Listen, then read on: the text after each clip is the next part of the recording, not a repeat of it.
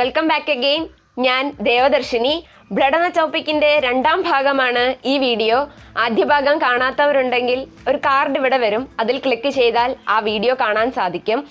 ആദ്യ വീഡിയോ ആദ്യം മുതൽ അവസാനം വരെ എല്ലാവരും കാണുക. അതിനുശേഷം ഈ വീഡിയോ കണ്ടാലേ യൂസ്ഫുൾ ആവുകയുള്ളൂ.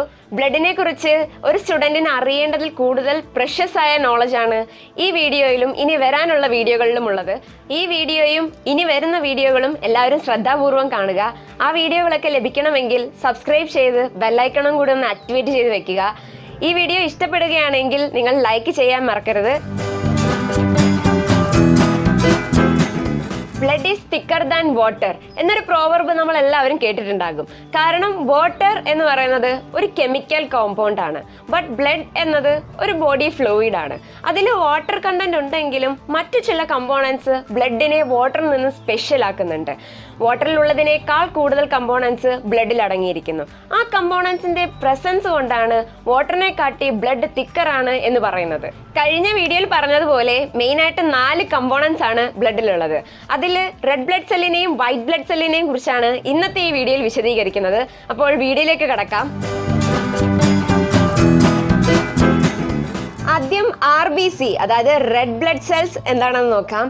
നമ്മുടെ ബ്ലഡിന് റെഡ് കളർ നൽകുന്ന ഓക്സിജൻ കണ്ടെയ്നിങ് പിഗ്മെന്റ് ആയ ഹീമോഗ്ലോബിനെ കണ്ടെയ്ൻ ചെയ്യുന്ന സെൽസ് ആണ് red blood cells. RBC is also called erythrocytes. ലിപ്പിഡും പ്രോട്ടീനും അടങ്ങിയ ഒരു മെംബ്രെയിൻ ഉപയോഗിച്ചാണ് ഈ റെഡ് ബ്ലഡ് സെല്ലിനെ കവർ ചെയ്തിരിക്കുന്നത്.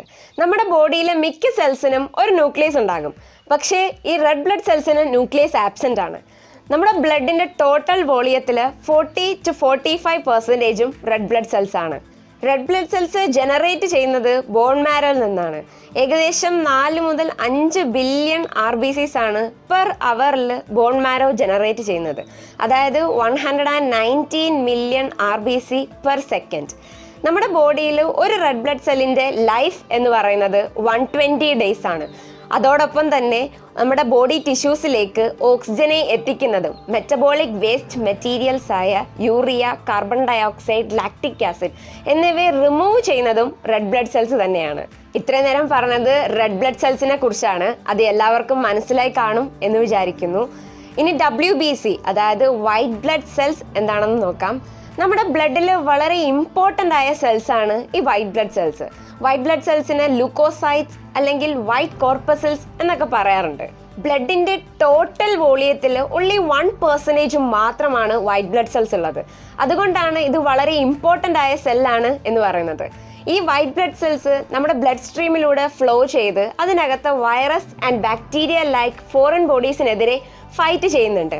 ഇപ്പോൾ നമുക്ക് WBCയുടെ കൗണ്ട് കുറയുകയാണ് എങ്കിൽ അതിനോടൊപ്പം തന്നെ നമ്മുടെ ഇമ്മ്യൂണിറ്റി പവറും കുറഞ്ഞുകൊണ്ടിരിക്കും. അപ്പോൾ രോഗം പെട്ടെന്ന് പിടിപെടാനുള്ള സാധ്യത വളരെ കൂടും.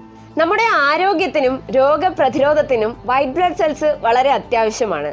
ഒരു ഹെൽത്തി പേഴ്സൻ്റെ 1 ക്യൂബിക് മില്ലിമീറ്റർ ബ്ലഡിൽ ഏകദേശം 4500 മുതൽ 11000 വരെ വൈറ്റ് ബ്ലഡ് സെൽസ് ഉണ്ടാകും.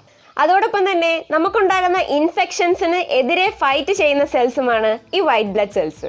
ചുരുക്കി പറഞ്ഞാൽ ഗ്രീക്ക് ഫിസിഷ്യനായ ഹിപ്പോക്രാറ്റ്സിൻ്റെ ഒരു സ്റ്റേറ്റ്മെൻ്റ് ഉണ്ട്, the right food is the right medicine. അദ്ദേഹം പറഞ്ഞതെന്ന് വെച്ചാൽ നമ്മൾ എന്ത് ഫുഡ് എടുക്കുന്നോ ആ ഫുഡ് നമുക്ക് മെഡിസിൻ ആകണം, അല്ലാതെ എക്സ്ട്രാ മെഡിസിൻ നമ്മുടെ ബോഡിക്ക് വേണ്ടി കൊടുക്കേണ്ട അവസ്ഥ ഉണ്ടാകരുത്. അതേപോലെ ഒരു സ്റ്റേറ്റ്മെൻ്റ് ആണ് the right food for right blood. നമ്മൾ എന്ത് ഫുഡ് ഇൻടേക്ക് ചെയ്യുന്നോ ആ ഫുഡ് നമ്മുടെ ബ്ലഡിനെ പ്യൂരിഫൈ ചെയ്യുന്നതായിരിക്കണം, അല്ലാതെ ഇൻപ്യൂരിഫൈ ആക്കുന്നതാകരുത്. ബ്ലഡിനെ പ്യൂരിഫൈ ആക്കി നിലനിർത്തണമെങ്കിൽ you should have to take the right food.